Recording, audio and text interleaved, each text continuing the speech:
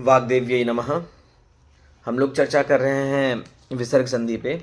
विसर्ग संधि के ऊपर जो है हम लोगों ने पूर्व में 3 वीडियो जो है अपलोड कर दिया है। यदि आप लोगों ने उन वीडियो को नहीं देखा है तो जाके कृपया देखें। तो आज का जो सूत्र है वो है भो भगो अघो अपूर्वस्य योसी।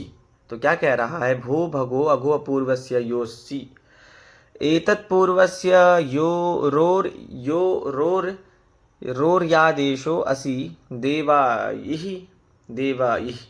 तो कह रहा है कि यदि र वर्ण के बाद यदि अस प्रत्याहार में से कोई वर्ण आए अगले शब्द में, तो उस र के स्थान पे जो है य का आदेश हो जाता है। चलिए उदाहरण के साथ देखते हैं। तो देखिए यहाँ पे है देवा प्लस इहि, देवा प्लस इहि।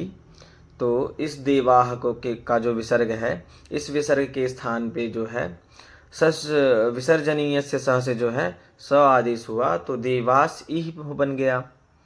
फिर उसके बाद इस देवास इह का जो स है, इस स में जो है सस जुसोरु से जो है रु आदेश हो गया, और इस रु का जो उ है इसका अनुबंध लोप होके रूप बना देवार प्लस इह, देवार प्लस इहि।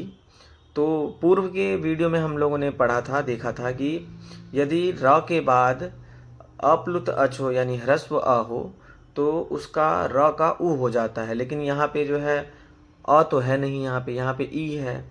और अगला नियम एक सूत्र आया था हसी च। हसी च जो है कह रहा था कि यदि हर्ष प्रत्याहार का कोई वर्ण हो तो भी उ आदेश होता है। तो ना यहाँ पे अवर्ण है ना यहाँ पे हर्ष प्रत्याहार है, तो उन सभी कंडीशन को यहाँ पे लागू नहीं कर पा रहे हैं। तो यहाँ पे एक अलग ही कंडीशन है। यहाँ पे कंडीशन क्या है कि यहाँ पे ई वर्ण है। क्या वर्ण है? ई वर्ण है। तो ई जो है वो अस प्रत्याहार का वर्ण है। तो अस प्रत्याहार का वर्ण होने की वजह से जो है यहाँ पे उन सभी सूत्रों का नियम जो है यहाँ पे ना हो करके यहाँ पे भो भगो अघो अपूर्वस्य योषि यह सूत्र लग के जो है उ ना हो करके यहाँ पे य का आदेश हुआ है। तो यहाँ पे सूत्र रूप क्या बन गया? देवाय प्लस इहि देवाइहि। यहाँ पे ये रूप जो है वो बन गया देवाइहि। और जो है इसके बाद अब एक और नियम यहाँ पे आता है। एक और नियम यहाँ पे क्या है? एक सूत्र आता है हलि हलि सर्वेशाम। क्या कहता है? हलि सर्वेशाम।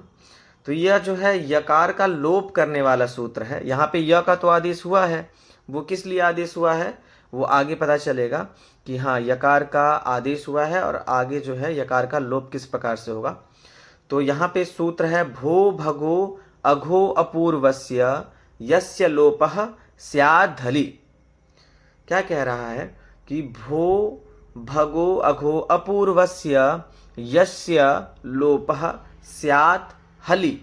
यदि विसर्ग के बाद यदि हल वर्ण आए, विसर्ग के बाद यदि हल वर्ण आए, क्या कह रहा है? भो भगो अघो एतेभ्यः परस्य तथा च अवर्णात् परस्य पदान्ते विद्यमानस्य सामान्य यकारस्य लघुच्चारण यकारस्य च सहितायां हल वर्णे परे लोपः भवति। कह रहा है कि यहाँ पे यकार का तो आदेश हो गया है ना, अस प्रत्याहार के होने पे यकार का आदेश हो गया, लेकिन यदि विसर्ग के बाद यदि हल वर्ण हो तो यकार का लोप हो जाएगा। चलिए तो आप जो हम लोग जो है उदाहरण के साथ इसको समझते हैं। तो देखिए यहाँ पे शब्द है भोस। क्या है? भोह देवाह। तो भो देवाह को, भो प्लस देवाह को जो है विसर्जनीय से सह से क्या बन जा रहा है? स होके भोज देवाह हो रहा है। भोज के सकार को जो है सस जुसोरु से ऋतु हो जाता है, तो भोरू क्या बन गया? भोरू देवाह। अनुबंध लोप होके भोर हो गया। फिर र का जो है भो भगो अघो अपूर्वस्य से जो है योशी, इस सूत्र से जो है रेफ के स्थान पर यकार का क्या होता है? आदेश होके क्या बन जाता है? भोय देवाह हो जाता है।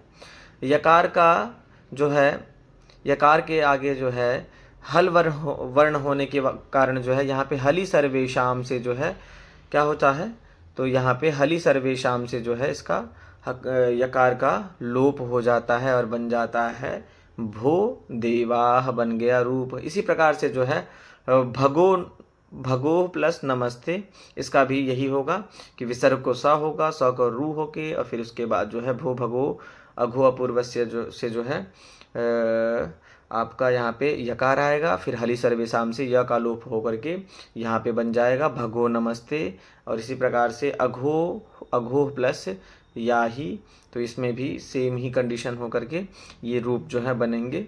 तो यहाँ पे हमने आज के इसमें चर्चा किया किस प्रकार से जो है यकार का आदेश होगा, फिर वही यकार जो है किस प्रकार से उसका लोप हो जाएगा। तो चलिए आज के लिए इतना ही, धन्यवाद।